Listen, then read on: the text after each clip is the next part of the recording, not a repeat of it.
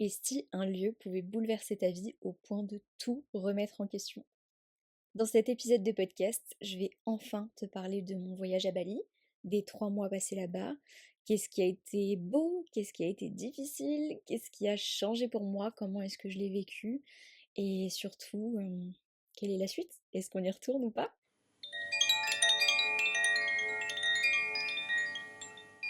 Waouh, bonjour, bienvenue dans ce tout nouvel épisode, je dirais même tout premier épisode. Ça fait bien longtemps que je vous promets des épisodes de podcast. J'en ai enregistré d'autres sur d'autres chaînes de podcast, mais je l'ai jamais fait pour moi, j'ai jamais parlé seule face à mon micro, à part pour filmer des vidéos YouTube. Je vous en ai sorti quelques-unes justement pendant que j'étais à Bali, mais jamais d'épisode de podcast. Donc me voilà. Bienvenue à vous, bienvenue à moi, et j'ai hâte de voir ce que ça va donner. Je tiens à vous dire que rien ne sera parfait dans cet épisode. Je suis même pas sûre que y en aura beaucoup d'autres. Je sais pas si je serai régulière. Je ne me mets absolument pas la pression pour ça. J'ai juste envie de vous partager des choses. Et là, tout de suite maintenant, j'ai envie de vous partager mon voyage à Bali. Donc voilà, cet épisode va sortir. Mais je ne vous promets pas un épisode par semaine. On verra. Je me laisse porter par le flot de la vie. Et je vous partage ce qui vient au moment venu, ce que j'ai envie. Et voilà. Alors, ça fait bien longtemps que je vous dis que je vais vous raconter ce fameux voyage à Bali. Vous m'avez posé plein de questions sur Instagram. À chaque fois, je vous disais ça arrive, ça arrive, ça arrive. Et enfin, je prends le temps de le faire. Donc, j'ai recueilli quelques-unes de vos questions et on va aller creuser ça un peu ensemble. Et je pense que ça va être très sympa. Alors, la toute première question qui est revenue plein de fois, c'était pourquoi Bali? Pourquoi partir à Bali? Pourquoi partir plusieurs mois, voyager là-bas? Pourquoi cette île-là en particulier? Alors, je pense qu'on va faire un grand reset en arrière pour comprendre. Ça fait 11 ans maintenant que je suis avec mon mari maintenant, mais que je partage ma vie avec cet homme. Et depuis toujours, on s'est toujours dit qu'on voyagerait beaucoup. Euh, Moi, mon idéal de vie, c'est vraiment, enfin c'était du moins, de voyager à temps plein. Et en 2020, 2021, je sais plus, on avait prévu de se marier, 2020 c'est ça. Et on pensait partir faire un tour du monde après ça, donc partir minimum 6 mois, entre 6 mois et un an. Sauf qu'entre-temps, vous savez tous, le fameux Coco est arrivé et ça a bouleversé tous nos projets. Entre-temps, on a eu un premier enfant, puis très rapidement, on a eu un deuxième enfant. Et tout ce projet-là a pris une tournure totalement différente. Je voulais toujours voyager, on voulait toujours voyager, mais de façon vraiment très différente. Pour le coup, c'était plus du tout un projet de tour du monde, faire ça avec limite un sac à dos. Non, pour nous, c'était plus possible. Alors, il y a des familles qui le font et je trouve ça extrêmement admirable, très très beau. Et j'adore suivre leurs aventures. Par contre, moi, pour le coup, c'était pas du tout ce que j'envisageais. Donc il fallait une destination, parce qu'on voulait quand même partir plusieurs mois, mais on voulait vraiment s'installer pour le coup. C'était pas, on partait pas en road trip. Donc il nous fallait une destination qui, bah, déjà qui nous attire, premièrement, à laquelle on pourrait se sentir safe, en sécurité, où les enfants pourraient s'épanouir, où on pourrait être totalement rassuré, voilà, je pense que c'est le bon mot, rassuré pour nos enfants, ou voilà, on se sente plus ou moins safe. Moi, il fallait que je puisse continuer à travailler, donc il fallait un endroit effectivement avec une bonne connexion. Par exemple, j'ai eu un énorme coup de cœur pardon, pour l'Afrique. On est parti au Kenya, c'était absolument incroyable. Je rêve de retourner en Afrique, mais là, par exemple, pour le coup, c'était peut-être pas la meilleure destination. Donc voilà, il fallait absolument qu'on trouve un compromis pour nous tous. Et puis, on va pas se mentir, Bali, c'est quand même une destination de rêve pour tout ce qui est ouverture d'esprit, spiritualité. Ouais, on va pas se mentir, c'est absolument incroyable. Donc, ça collait vraiment sur tous nos points. La seule chose qui était un peu plus difficile, c'est que c'est très très loin, on va pas se mentir. Donc faire autant d'heures de vol avec 2 bébés, c'était pas une mission très très facile, mais ça s'est fait et pour le coup, pour tout le reste, ça cochait absolument toutes les cases qui étaient importantes pour nous. Donc voilà pourquoi on a choisi Bali. Ensuite, on m'a aussi posé beaucoup de questions sur la spiritualité à Bali. Donc, ce qu'il faut savoir, c'est que effectivement, Bali, c'est une île qui est extrêmement élevée en vibration. Enfin, c'est vraiment un truc de fou. Il faut le voir, hein, il faut y être, il faut vraiment ressentir tout ça pour comprendre. En général, chaque voyage à Bali, autant un voyage très très court qu'un voyage très long, c'est toujours très transformateur, il se passe beaucoup de choses. Effectivement, c'est pas toujours facile, on va pas se mentir, comme toute évolution, dans tous les cas, ça passe par des moments d'inconfort. Donc si vous me suivez déjà depuis un moment, vous savez que pour moi aussi, ça a été un passage vraiment pas simple, mais même pour des personnes qui vont 2 semaines, c'est très souvent un voyage vraiment intense qui vient remuer des choses bien ancrées, bien profondes, mais ça permet un beau cheminement, une belle évolution. Donc à Bali, la spiritualité, c'est pas du tout une quête comme on peut le voir par chez nous, mais c'est vraiment la base en fait. C'est leur vie, c'est un art de vivre et ça fait partie de leur vie chez eux. C'est pas une question. Donc toute leur journée, elle commence toujours par des offrandes, donc des fleurs, du riz, des bâtons, d'encens, ça passe par une prière. Ils ont tous des statues, ils bénissent leur scooter. Enfin, ça fait vraiment partie de leur vie. C'est très très très ancré. C'est totalement normal pour eux. Ouais, très différent de chez nous. Ils ont totalement conscience de l'invisible. Ils acceptent vraiment la vie comme la vie en fait. Ils sont pas là pour demander des choses, vraiment ils prient pour la vie. C'est vraiment une vision qui est extrêmement différente. Ils ont un grand respect de la vie en général. Ils ont une vision aussi de l'enfance et ça c'est quelque chose qui m'a très particulièrement touchée. Euh, ils voient vraiment les enfants comme quelque chose de sacré, un peu comme nous, comme tout en fait, pour eux, du plus grand temple au plus petit caillou, tout est sacré. Mais c'est vrai qu'ils ont une vision de l'enfance qui est vraiment très très belle. Chez nous, les enfants, ils sont vus un peu comme des tyrans, des perturbateurs qu'il faut cadrer. Et on voit bien que les enfants, ils sont pas vraiment acceptés dans les lieux publics. Dès qu'on se balade avec nos enfants, dès que ça parle un peu trop fort, dès que ça crie, dès que ça court, on voit que ça dérange tout le monde. Là-bas, pour eux, c'est juste la vie, en fait. Les enfants, c'est la vie. C'est notre avenir, c'est la vie. C'est des âmes pures. C'est... Ouais, ils ont vraiment une vision qui est très différente. Et c'était tellement agréable pour nous et pour nos enfants de pouvoir s'épanouir là-bas. Mes enfants, ils ont vraiment pris énormément confiance en eux. Surtout mon grand, donc qui avait 2 ans et demi à ce moment-là, presque 3 ans. Il a vraiment pris confiance en lui là-bas, il parlait à tout le monde, il disait bonjour à tout le monde, il se sentait très à l'aise avec tout le monde. Et je l'ai vraiment vu s'ouvrir comme une fleur, c'était très très très très beau à voir.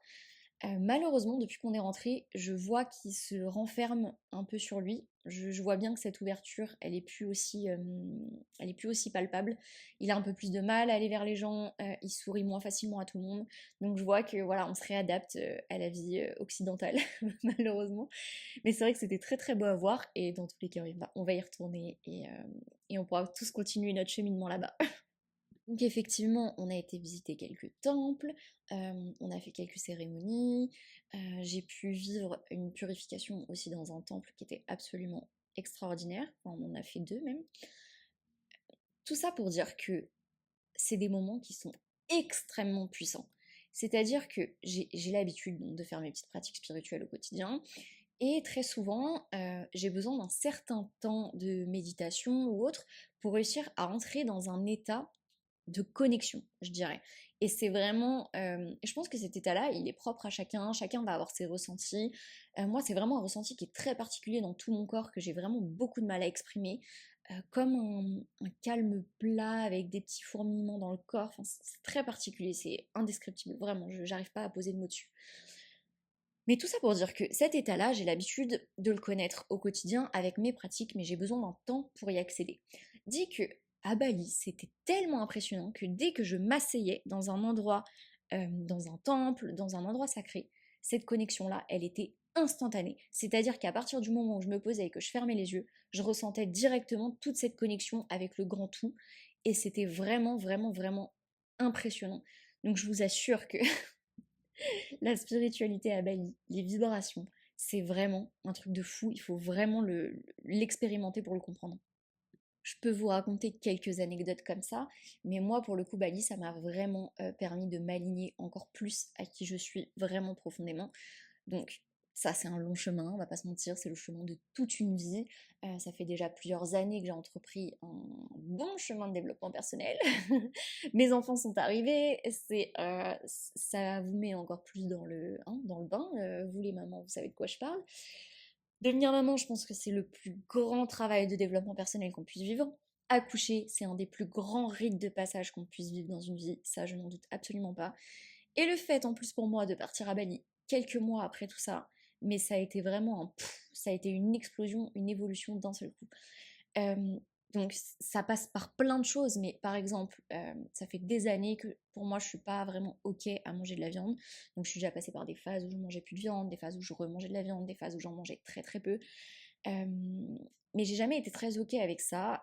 Mais vous allez peut-être rigoler de ça, mais j'ai jamais voulu passer pour la casse-pied. C'est comme le fait de ne pas boire d'alcool. En fait, tout ça, c'est tellement ancré dans notre société occidentale et voilà, si on veut parler du fait de boire de l'alcool, c'est vu comme quelque chose de, enfin pour la sociabilité en fait. C'est le fait de voilà d'être ensemble, de partager une bouteille de vin tous ensemble. C'est vraiment pour créer du lien. Et quand on sort de ces cases-là, chez nous dans notre mentalité, c'est souvent mal vu. On passe pour quelqu'un qui n'a pas envie de profiter, qui n'a pas envie de s'amuser, qui n'a pas envie de créer du lien, qui préfère rester dans sa bulle, etc. Donc j'ai souvent accepter de manger de la viande, de boire de l'alcool pour rentrer dans le moule, par exemple. Et à partir du moment où je suis arrivée à Bali, il y a des cafés véganes partout, il y a des restos véganes absolument partout. C'est totalement normal de ne pas manger de viande. Donc moi, j'ai réadapté ce mode de vie-là. Et bah écoutez, j'ai jamais été aussi alignée avec ma façon de manger. Et depuis que je suis rentrée, donc ça fait maintenant 3 mois aussi, j'ai plus jamais mangé de viande et c'est totalement ok et maintenant je l'assume sans aucune difficulté et puis c'est comme ça, c'est qui je suis, point. Et même si je reçois parfois quelques réflexions, bah c'est ok, c'est ta façon de voir les choses, moi c'est la mienne, je préfère vivre en fonction de mes valeurs à moi, me sentir moi alignée et, euh, et ouais, on peut déjà commencer là-dessus. Vivez aligné avec vos propres valeurs et déjà tout sera beaucoup plus fluide. Encore autre chose, si on parle de spiritualité au sens large.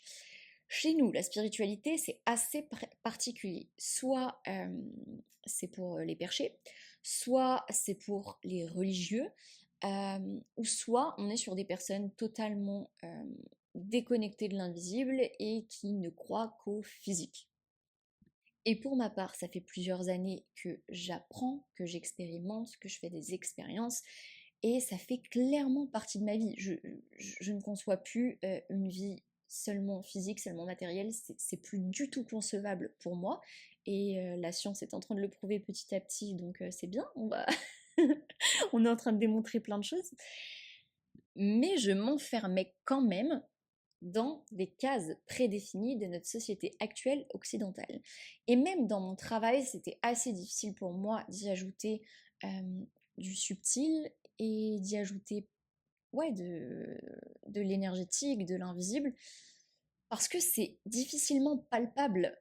Et donc je m'enfermais dans des cases où on parlait presque que du physique, euh, mais en fait je m'y retrouve plus, je m'y retrouve plus. Je peux plus uniquement vous donner des stats, uniquement vous parler d'épisiotomie, d'intervention médicale, etc. Évidemment que tout ça, ça fait partie de mon travail, c'est très important. Il y a beaucoup de choses à faire, rien que dans le concret, il y a énormément de choses à faire, je le conçois totalement, et ça fait vraiment partie de mon travail, et je compte pas m'en délester. Mais par contre, on ne peut pas mettre de côté tout ce qui est plus subtil, que ce soit nos croyances, que ce soit notre environnement, que ce soit les personnes qui nous entourent, que ce soit notre façon de percevoir les choses. Donc tout ça, ça peut rentrer dans nos croyances. Mais nos façons de percevoir les choses, ce qu'on croit de nous, ce qu'on croit possible, impossible, tout ce qui est transgénérationnel, toutes les mémoires qui nous ont été transmises, tout ça, ça a un impact tellement énorme sur votre maternité, sur votre façon de la vivre, sur votre accouchement, sur votre grossesse, sur tout, que je ne peux plus passer à côté et je peux plus accompagner les femmes qu'avec du concret, du physique, du médical, des stats, etc. J'espère que vous me suivez. Donc voilà, je vous ai raconté quelques anecdotes de la spiritualité à Bali, de qu'est-ce que ça m'a apporté, qu'est-ce que ça m'a permis d'affirmer. Je pourrais parler de ça pendant des heures et des heures et des heures, mais je pense qu'on va s'arrêter là. Et là, je vais vous parler de mon fameux burn-out que j'ai vécu en étant à Bali. Déjà, avant de partir, donc à peu près, je dirais 2 ou 3 semaines avant de partir à Bali, on a déjà passé une phase vraiment difficile. J'ai connu une crise de couple comme je n'ai presque jamais connu en 11 ans. On a juste de se marier. On avait 2 bébés tout petits. On avait nos billets d'avion pour partir vivre à l'autre bout du monde sans billet retour. Et là, on vit une des plus grosses crises de couple qu'on ait jamais vécues. Et donc là, déjà, ça a été un sacré moment à passer parce que ça a vraiment absolument tout remis en question. Mais pour vous dire, je pense que on était déjà en train de se calibrer à l'énergie de Bali et il fallait déjà qu'il y ait des choses qui bougent. Et depuis cette crise de couple, même si ça a été un moment qui a été hyper dur à passer, je peux vous dire que je me suis jamais sentie aussi alignée dans mon couple. On ne s'est jamais senti autant sur la même longueur d'onde. On n'a jamais eu une communication aussi claire, aussi honnête, bienveillante, utile. Donc ça a été un moment vraiment difficile à passer, mais qui était nécessaire. Et maintenant, pour le coup, on se sent extrêmement aligné. Donc voilà, c'était une petite parenthèse, ça déjà, pour un peu poser les bases. Ensuite, on est parti. Donc on est parti fin, fin septembre, début octobre, je sais plus, 2024. Donc voilà, on décolle, on est parti pour Bali, on arrive, on s'installe, quelques difficultés, mais rien de très important. Tout se passe plus ou moins bien, on découvre le pays, on s'y sent très très bien. Moi, je me mets très très vite la pression en me disant qu'il faut vite que je reprenne le travail, mais on a 2 bébés à plein temps, on s'installe dans un pays qu'on ne connaît pas, on est loin de notre famille pour la toute première fois, on a un décalage horaire qui est énorme auquel tout le monde doit s'adapter, donc déjà 2 adultes à s'adapter, c'est pas simple, mais quand on a 2 bébés aussi qui s'adaptent à leur rythme, je peux vous assurer que les nuits étaient chaotiques. Donc clairement déjà, je ne m'autorise pas à me laisser le temps d'atterrir. Donc j'essaye de vite, vite, vite me remettre au travail, de vite trouver mes temps de travail, mes lieux de travail, etc. Sauf que honnêtement, je suis épuisée. Je suis épuisée, j'aimerais juste pouvoir me reposer et arriver tranquillement, mais non, je me l'autorise pas. Je me l'autorise pas pour plusieurs raisons, et une des raisons qui est principale et qui a mené à ce burn-out, c'est que pour la première fois de notre vie, c'est moi qui avais l'entière responsabilité des finances du foyer. Donc, j'avais la responsabilité, à moi seule, de pouvoir apporter l'argent pour faire vivre ma famille, tout simplement. Mais sauf que ça, là, je pourrais vous en faire un épisode à part entière parce que c'est fascinant, ça vient réveiller mais tellement de choses. En fait, avant ça, et ça a été une de nos raisons pourquoi on est parti aussi, hein, c'est que j'étais en réaction totale avec le patriarcat et le monde du travail actuel, la place des femmes au travail, et surtout en devenant mère en fait. Et j'étais tout le temps en réaction en me disant mais c'est pas possible, c'est toujours les mères qui sont pénalisées dans leur travail, et les hommes ils continuent leur petite vie, ils passent leur journée au travail, c'est pas eux qui prennent les journées d'enfants malades, c'est pas eux qui arrangent leurs horaires pour pouvoir s'occuper des enfants. Et ouais, j'étais vraiment en réaction avec ça. Et donc je me disais, ça va être le moment idéal en partant à Bali pendant plusieurs mois, parce que du coup, mon mari, donc le père de mes enfants, va être forcé d'arrêter de travailler pendant un temps, donc c'est lui qui va prendre le relais avec les enfants, et moi je pourrais me consacrer à 100% à mon travail. Voilà, je pensais que c'était la solution, l'équilibre idéal qui allait pouvoir nous convenir à tous. Mais pas du tout, pas du tout, pas du tout. Et en fait, on s'est retrouvés dans quelque chose qui a permis de guérir plein de choses. Parce que avant de partir, donc on était dans cet archétype actuel, voilà, qu'on retrouve un peu partout, donc l'homme qui travaille beaucoup, qui s'occupe principalement des finances du foyer, et puis du coup la femme qui est majoritairement à la maison avec les enfants, etc. Et donc ça me mettait énormément en réaction, je me suis dit top, on va arriver à Bali, on va faire l'inverse et ça va aller. Mais en fait ça n'allait pas du tout, ça allait pas du tout pour plein de raisons. Parce que déjà, c'est pas notre équilibre à nous. Voilà. Je dis pas que du coup ça doit être l'équilibre de toutes les familles, de tout le monde. Non, pas du tout. Chacun va trouver son équilibre à sa façon. Mais nous, ça ne nous convenait pas. Lui, ça ne lui convenait absolument pas de se retrouver à la maison à gérer les enfants. Enfin, on voit très bien qu'il n'avait pas du tout la même passion, pas du tout la même patience, pas du tout la même envie que moi. Ça, c'était clair et net. Et moi, je ne me retrouvais absolument pas dans cette place à devoir assurer la survie financière du foyer. Je ne m'y retrouvais absolument pas. Et je ne m'y retrouvais pas à passer moins de temps avec mes enfants. J'ai besoin d'être là pour eux, pour leurs besoins physiques, émotionnels, physiologiques. Je sens que j'ai vraiment besoin d'être auprès d'eux. Et c'est ce qui me rend entière. Et je ne pouvais absolument pas me retrouver dans un travail qui prenait tout mon temps et mettre de côté mes enfants. C'était impossible pour moi. Donc, ce qui fait que je n'arrivais pas à trouver d'équilibre entre mon temps de travail et mon temps avec les enfants. Je passais énormément de temps avec les enfants. Je me dégageais très peu d'heures de travail par jour. Ça devait se compter à peu près sur 3-4 heures de travail par jour. Ce qui fait que je ne travaillais pas du tout assez, du moins au stade où j'en étais. Voilà, je ne travaillais pas du tout assez. Donc ce qui fait que je n'arrivais pas à créer assez de revenus. Et en même temps, j'étais très frustrée de passer ce temps-là au travail et pas avec ma famille. Et les moments où j'étais avec ma famille, je culpabilisais énormément parce que je me disais, mais j'ai une montagne de travail, c'est impressionnant ce que j'ai à faire. Et puis j'ai telle femme qui attend mon retour, j'ai telle femme qui attend que je l'accompagne. Elle, je sais qu'elle a besoin de moi. Et en fait, j'étais ni pleinement au travail, ni pleinement à la maison. Et ça a été la cause vraiment principale qui m'a menée au burn-out. Et aussi, on va en revenir aussi à cette pression financière, parce que là, j'avais pas le choix que de réussir à créer de l'argent. Je pouvais plus me dire, bon, c'est pas grave, si je fais pas beaucoup, c'est pas grave, on va s'en sortir. Là, j'avais pas le choix. Donc, j'avais une pression supplémentaire sur mes épaules qui était vraiment très, très, très, très, très, très, très importante, en plus de ma pression avec les enfants. Et donc, j'étais très dans le faire, faire, faire, faire, faire, faire, faire, faire, faire.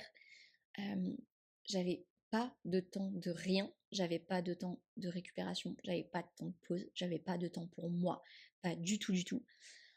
Et petit à petit, je me déconnectais complètement de mon intuition et j'étais que dans les faire, faire, faire, il faut faire ci, il faut faire ça. Les grands entrepreneurs disent qu'il faut faire ci, ça. Et en fait, je ne travaillais même plus selon mes envies, mes besoins, mon intuition. Je me retrouvais complètement déconnectée de tout ça. Et là, je me disais en fait, mais comment je peux accompagner les femmes à se connecter à leur puissance? Donc moi, je vais vraiment accompagner les femmes pour l'accouchement, mais en fait, ça va tellement plus loin que ça. Bon, après, on a des discussions, quand on part vraiment sur des accompagnements plus longs, on a des discussions qui vont tellement plus loin et on parle vraiment de déployer sa puissance dans toute sa vie, mais ça va passer par ça. Et c'est l'accouchement qui va être ce grand rite de passage qui va pouvoir permettre de révéler plein de choses, tous vos potentiels dans le reste de votre vie, mais je me disais comment je peux les accompagner vraiment à se connecter à leur puissance si moi-même, là, en ce moment, je m'épuise totalement à suivre un modèle qui n'est pas le mien, en fait. Si moi, je me déconnecte totalement de ma puissance et je suis en train de suivre selon des schémas que d'autres personnes, en fait, ont construit. Ça ne me correspond pas, ça ne me correspond pas du tout. Et donc je forçais, je forçais, je forçais. Et on va pas se mentir, ça a super bien marché sur plein d'aspects à ce moment-là. Mais je luttais avec moi-même et je sentais que je m'épuisais, mais un truc de fou. Mais je continuais, je continuais, je continuais, je continuais. Et moi qui suis un peu multipassionnée, je me relançais encore sur un autre projet, encore sur un autre projet. Et je me rajoutais plein de trucs sur ma to-do list, alors que mon temps n'était même pas déjà suffisant pour ce que j'avais à faire. Et sauf que rien n'était très adapté chez nous pour nos enfants, donc tout était difficile, chaque chose du quotidien devenait presque une épreuve, et donc je savais qu'à la maison c'était difficile pour mon mari de gérer seul nos deux enfants, et je savais que pour les dodos c'était extrêmement difficile, donc pour les siestes, pour la nuit et tout. Et il y a eu un jour où j'avais un rendez-vous important pour faire avancer un projet qui me tenait beaucoup à cœur, et en fait, j'entends les enfants et mon mari à côté, pour qui tout est difficile, ou les dodos là, c'est difficile, personne ne veut dormir, tout le monde crie, c'était n'importe quoi. Et donc là, à ce moment-là, pour moi, ça a vrillé total. Et je me suis dit, ok, j'en ai marre, j'arrête tout, je claque tout, je peux plus continuer à travailler dans ces conditions, donc j'arrête tout. Et c'est ce qui s'est passé du jour au lendemain, en plein mois de décembre, alors que j'avais plein de projets sur le feu. Mon cerveau a juste dit stop, je n'en pouvais plus. Donc j'ai tout arrêté. Alors je vous avoue que sur le coup, je pensais carrément supprimer mon compte Instagram. Je pensais vraiment tout arrêter. Je me suis dit, on rentre en France, tant pis. Je trouve un job, mais là je peux plus, j'arrête de forcer. Et donc mon mari a réussi à me raisonner quand même pour pas que je supprime tout ce que j'avais construit jusqu'à maintenant quand même. Il me dit laisse-toi le temps de réfléchir, on va voir, on va prendre soin de toi, etc. Donc c'est ce qu'on a fait. Ma famille est venue nous rejoindre, donc rien que ça a fait énormément de bien parce qu'on a adoré être à Bali, mais par contre être loin de la famille c'est vraiment quelque chose qui a été difficile pour nous. Donc ma famille est venue, on a passé des super beaux moments, j'ai profité pour la première fois pleinement d'être à Bali, de faire plein d'expériences, de découvrir plein d'endroits pardon, qu'on n'avait pas pris le temps de découvrir avant ça. Donc là, à ce moment-là, on a vraiment profité et en fait, on a juste pris le temps de vivre, chose qu'on n'avait pas fait depuis qu'on était arrivé en fait. Ça faisait 1 mois et demi, 2 mois qu'on était arrivé, mais on était dans le rush tout le temps et on prenait pas juste ce temps de vivre. Et donc là, à partir de ce moment-là, on s'est dit, ok, là, on profite. Pendant le mois qui nous reste, on profite, on profite de notre famille, on découvre Bali, on passe des bons moments en famille, on se promène, on découvre, on expérimente. Et après, on voit, mais potentiellement qu'on va rentrer plus tôt que prévu, parce qu'on avait prévu de rester 4 à 6 mois, et finalement, on est rentré au bout de 3 mois et quelques. Et, euh, et donc, ouais, là, on s'est dit, bon, bah, on profite, et après, on rentre. C'est ce qu'on a fait. On est rentré. Donc moi, j'avais toujours pas repris le travail. Ça me faisait très très peur d'ailleurs. Et pour vous dire, ça faisait plus de 4 ans que je m'étais lancée et j'avais jamais pris de pause. Jamais. Jamais pris de vacances. Enfin, on était partis, on avait voyagé, etc. Mais j'avais jamais pris de vraies vacances, de vrais temps de pause où mon cerveau se déconnectait complètement, où j'allais plus sur Instagram, où je ne répondais plus à mes clientes. Ça n'était jamais arrivé. Et donc là, ce temps de pause, il a été très difficile, mais en même temps tellement bénéfique. Et c'est la première fois où je me suis autorisée à vraiment déconnecter complètement.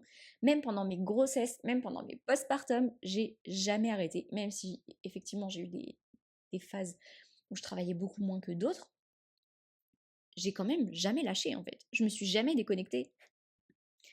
Donc comme toute phase difficile dans la vie, un burn-out, ou peu importe quelle autre phase difficile, je sais que c'est hyper cliché de dire ça, voilà, il y a toujours un cadeau mal emballé, etc.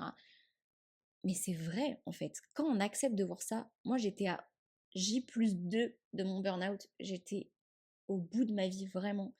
Je faisais que pleurer. J'avais plus aucune force pour sortir de chez moi. Euh, mais je voyais déjà les cadeaux que c'était en train de m'apporter. Je voyais déjà qu'est-ce qui était en train de changer au fond de moi, quelle vision de la vie était en train d'infuser. Et je vous assure que ça a été extrêmement bénéfique. Et c'est vrai que c'est marrant parce que à chaque fois que je vous poste sur Instagram des photos de moi quand j'étais à Bali, on me dit toujours mais waouh, t'as l'air tellement à ta place, t'as l'air tellement épanouie, tellement déployée.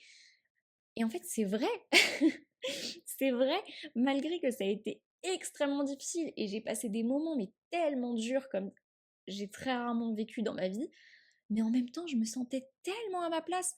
C'était tellement dur, mais tellement juste, et il fallait que je passe par là. Et, euh, et ouais, ça m'a tellement fait grandir, j'ai tellement évolué grâce à ça. Et je vous assure que oui, Bali, ça fait vraiment partie de moi. Je me suis vraiment sentie à ma place et je me vois vraiment y passer plusieurs mois par an. Et pour moi, oui, c'est sûr, il y a une partie de moi qui est là-bas. Donc on est rentré en début d'année 2025. J'étais encore dans pas dans le brouillard total, mais je peux vous assurer qu'il n'y avait pas encore beaucoup d'éclaircies. Et je me disais, qu'est-ce que ça va donner? Qu'est-ce que je fais? Est-ce que je reprends un CDI dans je ne sais trop quoi? Mais je me suis dit, dans tous les cas, c'est exceptionnel parce que ces 4 ans d'entrepreneuriat m'ont appris et j'ai acquis des compétences absolument incroyables. Et je sais qu'il y a beaucoup d'entreprises qui auraient envie et besoin de ça. Donc je me suis dit, qu'est-ce que je fais? Est-ce que je commence à postuler? Est-ce que je me laisse le temps de guérir de ça et je reprends ma mission auprès de vous? Qu'est-ce que je fais? Donc je me suis laissé plusieurs semaines de réflexion. Je commençais à revenir tout doucement sur Instagram. Je vous partageais un petit peu tout ce que j'ai vécu. En même temps, j'essayais de trouver un maître de garde ici en France pour mes enfants. Et, euh, et ouais, en fait, je pars dans tous les sens, mais là c'est pareil. Euh, j'ai fait ma petite demande à l'univers. Comment vous pouvez trouver un mode de garde pour 2 bébés en plein mois de janvier, du jour au lendemain, qui correspondent à vos critères à côté de chez vous. Honnêtement, c'est mission impossible, mission impossible. Mais si, quand on a confiance en fait, quand on fait nos petites demandes à l'univers, qu'on s'aligne à nos demandes, qu'on est clair dans nos intentions.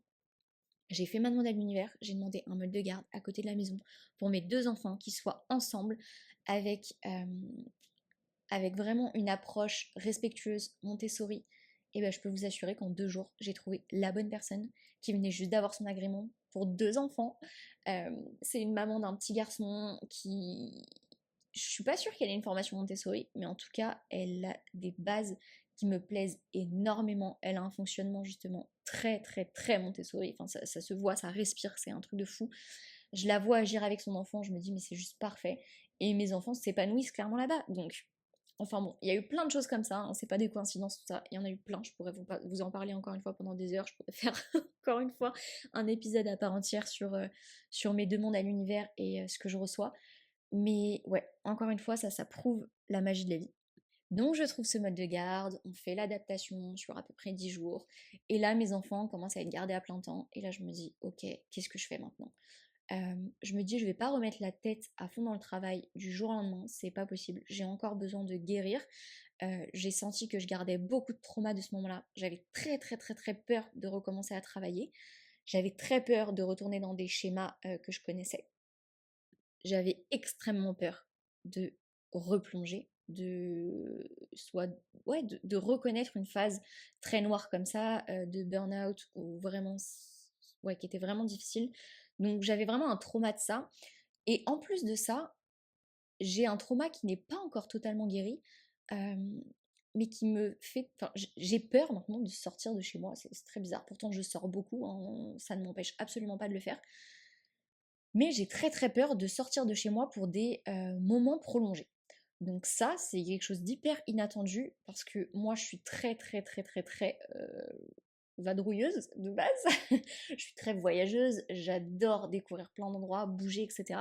Mais là, ça a vraiment ancré quelque chose en moi. Je ne sais pas encore pourquoi. Peut-être que c'est le fait d'avoir fait ce burn-out dans un autre pays, en dehors de la maison, en dehors de mes repères. Mais du coup, ça m'a fait énormément de bien de retourner dans mon chez-moi que je connais ici en France, de retrouver toutes mes petites affaires, tous mes ancrages qui me font du bien, et de vraiment pouvoir retrouver cette stabilité. Donc j'ai gardé ouais, une peur de l'extérieur en fait, c'est très bizarre. Donc là, je sens que ça va vraiment beaucoup mieux, je guéris de ça. Mais par exemple, on est parti en week-end il y a quelques jours là, et j'ai senti vraiment des inconforts au fait de découcher, d'aller dormir en dehors de chez moi, de prendre mes affaires avec mes enfants et tout. Donc voilà, petite parenthèse fermée. Mais donc, tout ça pour dire que je pense que la finalité, c'est que, ça c'est sûr, je ne veux plus voyager à temps plein comme je l'imaginais avant ça. Je pensais que là, on partirait à Bali pour 3 mois et que du coup, ce serait notre, notre future vie en fait. Je me suis dit qu'on passerait notre temps à voyager, qu'on parcourirait le monde, peut-être pas comme on l'imaginait avant, en sac à dos rapidement et tout, mais vraiment qu'on se poserait assez longtemps dans certains pays et qu'on changerait de pays peut-être tous les 2, 3 mois, mais que notre vie serait rythmée par le voyage. Là, je vous avoue qu'après cette expérience, je n'ai plus du tout, du tout, du tout, du tout la même vision de notre vie en fait à venir. Je pense vraiment que on a besoin de rester ancré ici en France. On a vraiment besoin de ça pour plein de raisons, mais moi j'ai besoin de sécurité émotionnelle pour que mes enfants se sentent en sécurité émotionnelle. Et là, après l'expérience que j'ai vécue, où moi mon système nerveux était totalement dérégulé, où je me sentais plus du tout en sécurité émotionnelle, bah, mes enfants ne l'étaient plus et c'était le chaos. C'était le chaos. Je vous dis pas que voyager, ça fait ça. Je vous dis que moi, le fait d'avoir voyagé, ça m'a fait ça. Il y a plein de personnes qui se sentent hyper bien en sécurité émotionnelle, peu importe où, il faut juste trouver son propre équilibre. Et moi, à ce moment-là, ça m'a dérégulé, et ça a dérégulé toute la famille, et ça a mis le chaos partout. Donc, notre vision maintenant, c'est on reste la majorité du temps en France, et j'en ai besoin, et j'en ai envie, et je veux vraiment continuer mes accompagnements en France pour les accouchements à domicile. C'est vraiment mon cœur de métier, et c'est vraiment ce qui me drive, et ce qui me donne vraiment envie de me lever chaque matin, d'œuvrer, etc. Donc pour moi, c'est un non négociable qui est hyper important, et j'ai bien vu que ça m'a manqué pendant qu'on était là-bas. Donc voilà, rien que pour ça, pour que mon mari puisse aussi travailler selon ses propres envies, ses propres besoins, c'est beaucoup plus facile en France, pour qu'on ait tous notre rythme bien établi, pour qu'on soit proche de notre famille, parce que ça nous a vraiment énormément manqué. Mais par contre, on ne met absolument pas une croix sur le voyage, pas du tout. Mais pour l'instant, notre vision, elle est légèrement différente que ce qu'on avait avant. Donc là, on pense juste repartir à Bali, parce que maintenant, c'est un endroit qu'on connaît, un endroit où on se sent extrêmement bien, où on a nos repères. Ubud, c'est un endroit qui restera dans mon cœur toute ma vie. Donc je veux retourner à Ubud. Donc pour l'instant, on s'imagine passer 3 à 4 mois l'année prochaine à Bali. Donc pour l'instant, on reste en France. Moi, j'ai quelques accouchements à venir. On a plein de choses de prévues pour les mois à venir. Mais on pense repartir début 2026, 3 à 4 mois à Bali. Et je pense que pour l'instant, c'est comme ça qu'on va trouver notre équilibre. On y trouve des choses qui nous nourrissent énormément en France et on trouve des choses qui nous nourrissent énormément à Bali. Et je pense que pour l'instant, on va vraiment trouver notre équilibre comme ça. On va peut-être se faire un voyage au courant de l'été 2025 là, mais on n'a pas encore de destination. On hésite à peut-être remettre les pieds à Bali pendant quelques semaines, un mois et quelques, mais c'est vraiment pas sûr. Pour l'instant, tous les champs des possibles sont ouverts, mais voilà l'équilibre qu'on est en train de trouver en ce moment. Et je peux vous assurer que ça fait du bien. Ça fait vraiment du bien. Et on me pose aussi beaucoup la question maintenant, à savoir, qu'est-ce que ça va donner? Qui est-ce que je vais devenir dans ma mission pour vraiment aider les femmes à révéler leur puissance à travers la maternité, mais tout particulièrement à travers l'enfantement? Et là, je peux vous assurer que j'ai jamais eu une vision aussi grandiose. Je me suis jamais sentie aussi alignée. Mais en fait, je me suis jamais sentie aussi alignée dans mon travail, mais aussi dans ma vie personnelle, dans ma vie de maman, dans toutes les sphères de ma vie, dans mon couple aussi, comme je vous le disais tout à l'heure, je me suis jamais sentie aussi alignée de ma vie. Dans mon rôle de mère, dans mon rôle de femme, dans mon rôle d'amie, dans mon rôle de sœur, dans tous mes rôles de ma vie, je me suis jamais sentie aussi alignée que maintenant. Petite parenthèse, je viens de remarquer que mon micro a lâché depuis tout à l'heure, donc ça veut dire que j'enregistre sans micro. Super, j'espère que le son ne va pas être trop pourri et que ce sera pas trop désagréable pour m'écouter, mais j'espère que ça va le faire. N'hésitez pas à me dire. Donc toute première leçon que j'ai retenue pour mes accompagnements, c'est que déjà, c'est terminé pour moi. Les conseils business à la chaîne qu'on peut entendre de partout. Dans tous les cas, si vous êtes entrepreneur, que vous mettez un peu le pied dedans, vous voyez bien qu'il y a des avis, des conseils complètement controversés dans tous les sens. Et si on commence à écouter ça, on s'y perd totalement. Mais en fait, là, vous voyez, dans ma tête, je suis en train de faire le lien. C'est exactement pareil pour la maternité. C'est exactement pareil pour l'enfantement, pour tout en fait, tout ce qui touche autour de la maternité, c'est exactement pareil. Vous allez avoir des avis, des conseils dans tous les sens, qui vont d'un sens, dans l'autre, qui sont totalement controversés. Et si vous commencez à écouter tout ça, et bah vous vous perdez clairement. Donc la seule chose à faire pour moi à ce moment-là, c'est oui avoir une base de connaissances. C'est indispensable. Indispensable. Il faut une base de connaissances, ça je suis totalement d'accord. Mais à partir du moment où vous vous sentez assez solide sur les connaissances que vous avez acquises, vous ne devez faire confiance plus qu'à votre intuition. C'est tout. Vous devez vous connecter à vous-même, faire confiance à votre intuition et vous laisser driver par vos propres ressentis et votre propre façon de voir les choses. Donc ça, c'est valable pour vous dans votre maternité, mais là, c'est valable pour moi aussi dans ma façon de travailler. Et maintenant, ce qui change inévitablement dans mes accompagnements, c'est que maintenant, j'assume totalement mon côté spirituel, spiritualité, invisible, peu importe les noms qu'on met derrière. Mais j'assume totalement ce côté-là maintenant et ça fait partie intégrante de mes accompagnements. C'est plus possible de faire sans. Donc il y a beaucoup plus de sacré, il y a tout autant de connaissances, il y a tout autant d'informations qui sont pour moi très très très importantes à acquérir pour comprendre. Comme je le disais tout à l'heure, on a besoin d'une base de connaissances pour moi. C'est vraiment c'est impensable de faire sans, en fait. Surtout quand on part avec un projet d'accouchement physio à l'hôpital, par exemple. Pour moi, c'est impossible de partir sans ces bases de connaissances-là, parce que là, sinon, on se jette directement dans la gueule du loup, et on est presque sûre de ne pas pouvoir aller au bout de notre projet. Donc la base de connaissances pour moi, elle est inévitable. Mais par contre, on doit se connecter à plus que ça. Je veux me connecter à bien plus que ça. Et je vais avoir plein d'anecdotes, je vais pas pouvoir tout vous raconter maintenant. Mais par exemple, la dernière fois, j'étais avec une femme en visio et je voyais l'âme de son bébé qui n'arrêtait pas de passer devant la caméra. C'était impressionnant. Et je me disais, non, je vais peut-être pas lui dire. Et je retournais un peu dans mes vieux schémas pour qui elle va me prendre, t'es sûre? Et puis si jamais elle, enfin pour elle, c'est pas du tout palpable et du coup, elle va pas comprendre. Mais au bout d'un moment, je me suis dit, non, il faut que je sois pleinement moi. Donc, je lui dis clairement, depuis tout à l'heure, je vois clairement l'âme de ton bébé qui n'arrête pas de passer dans la caméra. Et là, elle me dit, oh non, c'est trop beau, ah, ça me fait plaisir et tout. Et là, trop marrant, pendant 15 minutes, plus rien du tout. Alors que ça n'arrêtait pas, ça n'arrêtait pas, ça n'arrêtait pas. Et là, je ne vois plus rien du tout. Et à la fin de notre rendez-vous, hop, cette petite âme qui réapparaît, qui se remontre. Et j'ai trouvé ça tellement beau, tellement juste. Mais des expériences comme ça, j'en ai plein. La dernière fois, j'ai eu la date de naissance d'un bébé qui m'est apparu. Enfin, j'ai plein d'infos comme ça, je reçois plein d'informations. Euh, je reçois par exemple des fois des réponses à des questions que la femme se pose, elle comprend pas pourquoi elle a telle peur ancrée, et là bam, j'ai la réponse qui arrive instantanément. Donc maintenant, je fais beaucoup plus confiance à ça. Je pose l'intention effectivement aussi de m'y connecter, de recevoir ces infos, de me connecter au bébé, de me connecter à la maman. Et c'est absolument magique. Donc j'ai tous mes petits rituels, j'allume toujours ma bougie avant notre rendez-vous. D'ailleurs, si vous me suivez sur Instagram aussi, vous avez dû voir la fameuse bougie qui s'est transformée en utérus. Totalement, enfin c'est impressionnant.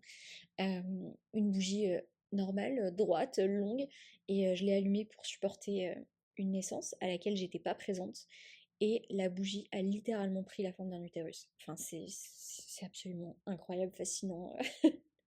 Je sais même pas quel mot poser dessus, mais ouais, encore une fois, c'est la magie de la vie, quoi. Donc là, je vous ai raconté quelques petites anecdotes, mais dans la globalité, ce que je veux maintenant, c'est plus proposer une simple prépa à l'enfantement, qui est déjà extrêmement utile, on est d'accord, ça on va pas se le cacher. Mais je veux plus offrir une simple prépa. Maintenant, je veux vraiment témoigner, accompagner, aider la femme à vivre ce vrai rite de passage. Donc pour moi, ce qui va faire sens maintenant, et c'est exactement ce que je suis en train de créer en backstage là, parce que vous ne le voyez pas, ce qui fait sens pour moi maintenant, ça va être d'accompagner les femmes, vraiment, d'accompagner sur le long terme, d'offrir un vrai accompagnement qui soit long pendant toute la grossesse, où là, on va pouvoir aller chercher plein de choses, on va pouvoir aller déconstruire tellement de croyances, aller chercher toutes les mémoires transgénérationnelles, aller vraiment fouiller là où ça a besoin d'être fouillé pour pouvoir se libérer et vraiment ouais, se dépouiller pour pouvoir laisser naître cette nouvelle femme qui va devenir mère. Et là, pendant toute la grossesse, évidemment, j'utilise mes capacités extrasensorielles, je tire des cartes, j'utilise le pendule s'il y a besoin. Et là, vraiment, on va venir se libérer, laisser aller les choses. Et en laissant aller des choses, on va aussi acquérir de nouvelles connaissances, de nouvelles compétences pour venir vraiment reprogrammer tout notre système. Et pour moi, ça va être ça la clé pour arriver le jour de son accouchement, confiante, sereine, assise dans votre posture vraiment là de femme sauvage qui sait, qui est là pour enfanter son bébé, qui est connectée justement à son bébé, qui arrive à recevoir ses messages, qui est connectée à son intuition, qui a 100% confiance, qui se laisse pas marcher dessus par des protocoles ou par d'autres croyances. Pour moi, c'est vraiment important là de vous accompagner sur le long terme pour vraiment faire un travail de fond. Et je vous assure que ce travail-là, déjà, il va être extrêmement bénéfique pour votre grossesse, pour réussir à vivre une maternité sacrée, consciente, pour que vous viviez bien cette période de votre vie qui des fois peut être très challengeante. La grossesse, c'est vraiment une période charnière dans votre vie, je vous l'assure. L'accouchement fois 1000, c'est le rite de passage pour moi. Il y a très peu de transformations aussi intenses qu'un accouchement dans une vie. Donc ça va être gagné pour votre grossesse, ça va être gagné pour votre accouchement, ça va être gagné pour l'expérience que vous allez garder en mémoire, mais je vous assure que ça, là, tout ce que vous aurez acquis, tout ce que vous aurez travaillé, ce sera pour votre vie entière.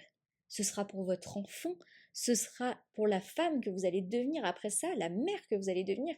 Quelle mère vous allez être pour votre enfant? Qu'est-ce que vous allez pouvoir lui offrir? Quelles sont les valeurs que vous allez lui transmettre? Quelle est la vision de la vie, la vision de la femme, la vision de l'enfantement? Tout ça là, ça va être pour guérir des générations et des générations. Et vraiment, ça va être cadeau pour votre vie, mais aussi pour vos enfants et pour toutes les personnes qui arrivent derrière. Donc je travaille vraiment sur cet accompagnement-là. Et devinez le nom, qui va s'appeler le rite de passage, où on prévoit plusieurs rencontres en prénatal pour réussir à faire tout ce travail que je vous ai dit. On prévoit plusieurs rencontres en postnatal pour venir vraiment clore tout ce chapitre énorme et pour surtout que vous ne vous sentiez pas seul en postnatal, pour pouvoir me poser toutes vos questions de jeune maman. On va pouvoir venir faire des méditations de fermeture de vortex. On va pouvoir faire plein de choses aussi qui vont être très très très intéressantes et très importantes. Mais aussi, je vous propose mon soutien pour le jour de votre enfantement. Je me rendrai disponible, j'aurai mon téléphone avec moi. Vous pourrez m'appeler, m'envoyer des messages, faire un visio, ce que vous voulez, et je serai là pour vous supporter, pour vous dire des petits mots que vous aurez besoin d'entendre. Et à ce moment-là, je vous connaîtrai déjà très très bien parce qu'on se sera vu plein de fois en prénatal. Et vraiment, je serai là pour vous. Voilà, je serai là pour vous. Vous ne serez pas seul. Donc, pour l'instant, je vous donne pas plus d'infos, mais très bientôt, vous aurez une page avec tout le descriptif de l'accompagnement. Et je vous assure que c'est tellement plus qu'un accompagnement. Là, pour le coup, c'est vraiment une initiation, un grand rite de passage. Et on le fait ensemble. Vraiment. Donc je suis extrêmement fière de vous proposer ça. J'ai jamais été aussi alignée avec un accompagnement que je vous propose. Vraiment, je me sens extrêmement alignée. Je mets tout mon savoir, je mets toutes mes connaissances, toutes mes compétences et tout mon amour vraiment pour vous accompagner vers la nouvelle femme que vous allez devenir. Voilà, vraiment, je vous propose ça vraiment avec le cœur. J'en suis presque émue là en vous le disant. Euh, Ouais, je suis vraiment très très très honorée que tout ça passe à travers moi et je sais qu'on a un très très beau chemin à faire ensemble. En attendant, le dimanche 13 avril à 10h30, euh, j'organise un événement éveil à la maternité sacrée. Cet événement, il porte très très bien son nom. Donc ça va être vraiment un éveil, les prémices pour vivre cette maternité sacrée, pour pouvoir apprendre à vous connecter à votre bébé, pouvoir apprendre à faire confiance à votre intuition. On va pouvoir parler d'accouchement physiologique aussi, commencer à déconstruire quelques peurs. Ça va vraiment être très très très sympa. J'ai vraiment hâte de vous retrouver nombreuses à cet événement. Vous pourrez trouver toutes les infos pour vous inscrire, soit sur mon site, soit sur Instagram. Là, je sais même pas si je vais pouvoir mettre un lien, c'est la première fois que je fais ça, un lien dans la description de l'épisode de podcast pour que vous puissiez vous inscrire direct. Mais si j'y arrive, vous le trouverez là. Et, euh, et ouais, voilà. N'hésitez pas à m'écrire. Dites-moi ce que vous en avez pensé de ce premier épisode de podcast. Malgré que mon micro nous ait lâché en plein milieu, donc j'espère que le son ne sera pas trop dégueu à la fin. Et écoutez, j'ai hâte d'échanger avec vous. J'ai été contente de déposer tout ça ici, de laisser une trace de cette période de ma vie. Et je vous fais des très très gros bisous. Prenez bien bien bien soin de vous. Et on échange sur Insta. Bisous.